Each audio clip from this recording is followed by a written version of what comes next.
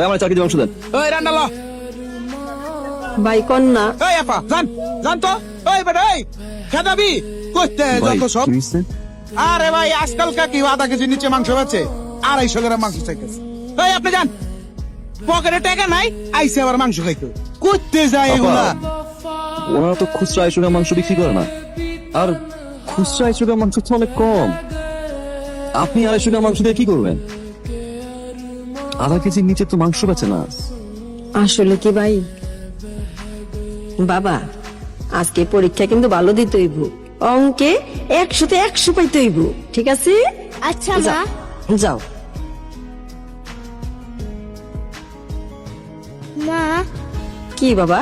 আজকে যদি আমি পরীক্ষায় ভালো করি তোমাকে গরু মাংস দিয়ে ভাত খাওয়াবা? পোলাটা ছোটবেলাতে বাপ নাই, জীবনে অনেক কিছু চাইছি, কিন্তু তার কোনোদিন কোনো চাওয়া পূরণ করতে পারি নাই। আইজো মনে পারলাম না ভাই।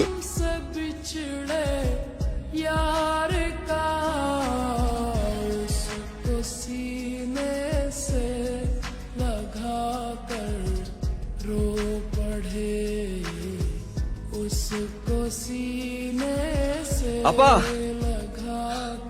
আপা আপনি এই নেন, আমি 2 কেজি নিছি, আর এই 2 কেজি আপনার জন্য। এতগুলো মাংস? আমার কাছে তো এত টাকা নাই ভাই। নেন ভাই, আপনারটা আপনি লয়ে যান। ভাই বলছেন না, আজকে না হয় ভাই তার বোনের ছেলের একটা ইচ্ছা পূরণ করলো। রাখেন, আমার বাসায় 2 কেজি মাংসতে হয়ে যায়। এটা আপনার জন্য।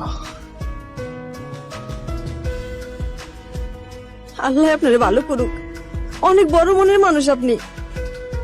আপনার মনটার মতন যেন আপনার বড় করে রাখে। এই বোন বাইরের জন্য দোয়া করব, আল্লাহ যেন বাইরে ভালো রাখে।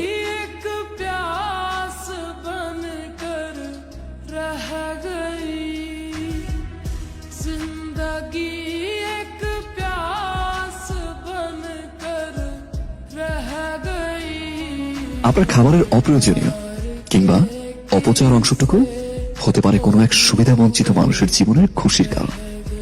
আসুন, প্রয়োজনের বেশি অপচয় না করে এ সকল অবহেলিত মানুষের মুখে হাসি ফোটাই। বিশ্বাস করুন, এর মাঝে আপনি খুঁজে পাবেন সত্যিকারের হ্যাপিনেস, কারণ হ্যাপিনেস ইজ শেয়ারিং।